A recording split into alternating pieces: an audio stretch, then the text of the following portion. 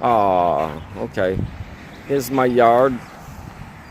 I kind of just went through this. Well, we'll go again. I just walked all the way around the yard and didn't turn the stream on. Isn't that smart? But this is my yard.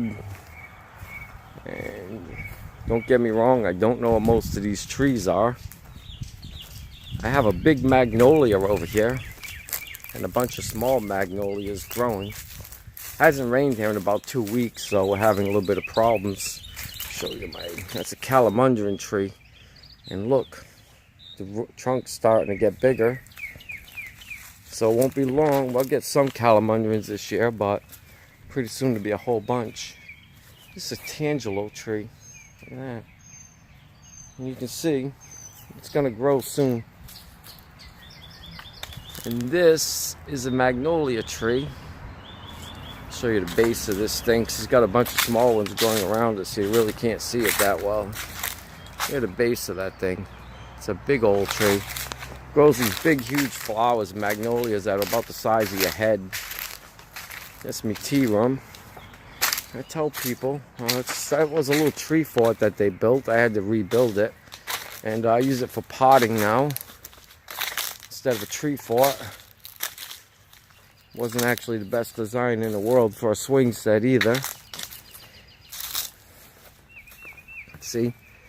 That's a chestnut tree right there. That's some sort of pine tree. I don't know what kind of pine tree that is, because it's a little different. You know? I don't really know my trees that well. That's a chestnut tree. There's a couple of them around here. And look at this. There's a spider just trying to hang out. Look at him. See him? I'm not getting too close to him. He doesn't look that friendly. But you can see there's a lot of pecan trees. 13, 14 pecan trees here. You know? And the yard is 3 acres. I mean, it's a beautiful property.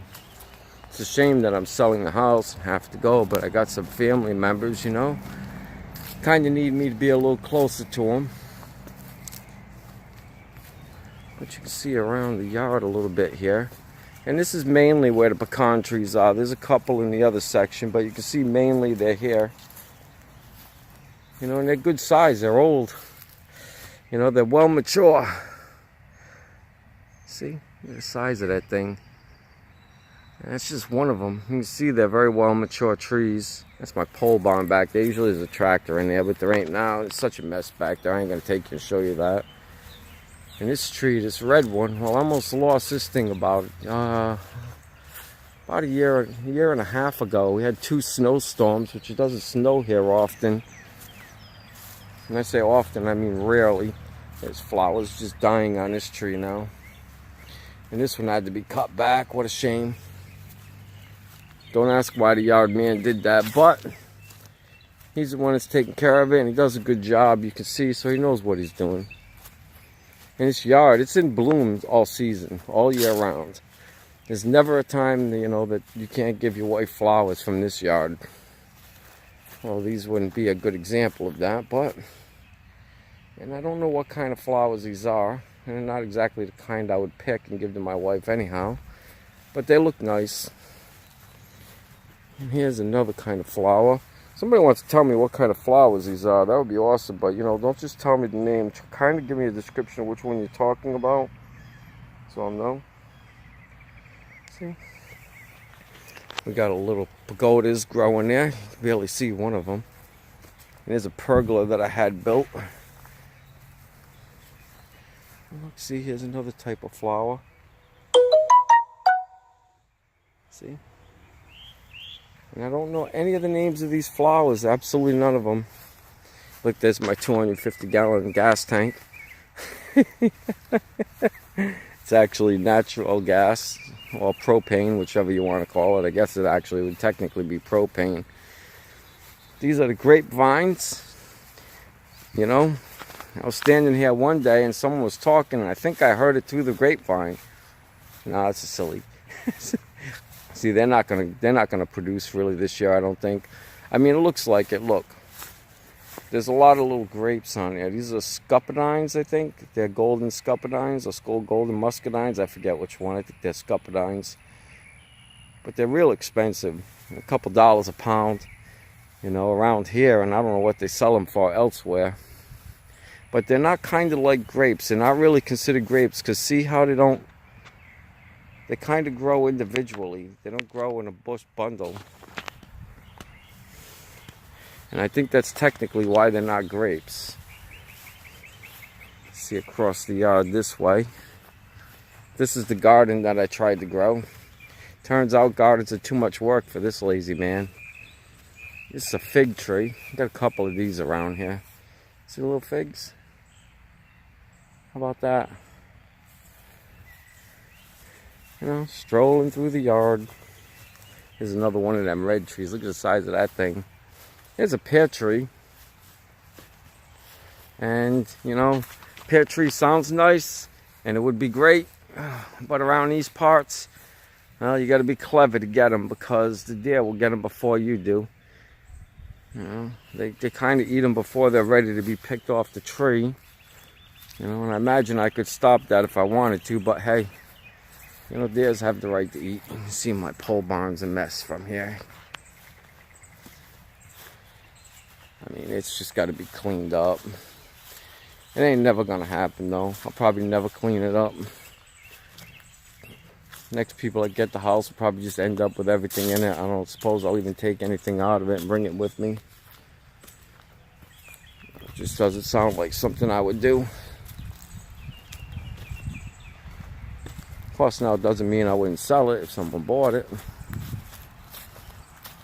And they wanted to clear it out. It's probably $1,000 worth of bricks in there alone. I got a lot of bricks. At $1 a piece, it would easily be $1,000. Now here's an interesting thing. These, this is my can. That's for golfing. Believe it or not. I golf from back there, and I hit the ball, and I try to put it in a can, and of course the can's movable. And I don't know if you can see it or not, but I built a mound over there out of Bermuda grass. And, you know, that's where I hit the ball too sometimes too. And full distance, about 120 yards to the mound, which leaves me about 40 yards of oval play, so I never hit the other people's property, you know. So about the best that I'm going to pull out is a sand wedge if I feel dangerous. But I use a lot of lob wedge and a lot of gap wedge. Look at that. I should probably knock them things out of there, but hey, right to life. What are they going to harm? Come out a year later, they'll kill my whole yard, right? Here's that little swing set again. This is my tea room. Before we go in the tea room, though, I'll show you some aloe. And they should be giving me babies pretty soon, see? There's one, and there's one. And pretty soon, I think this year, a bunch of little ones will pop up around it. And that whole area will fill up with aloe.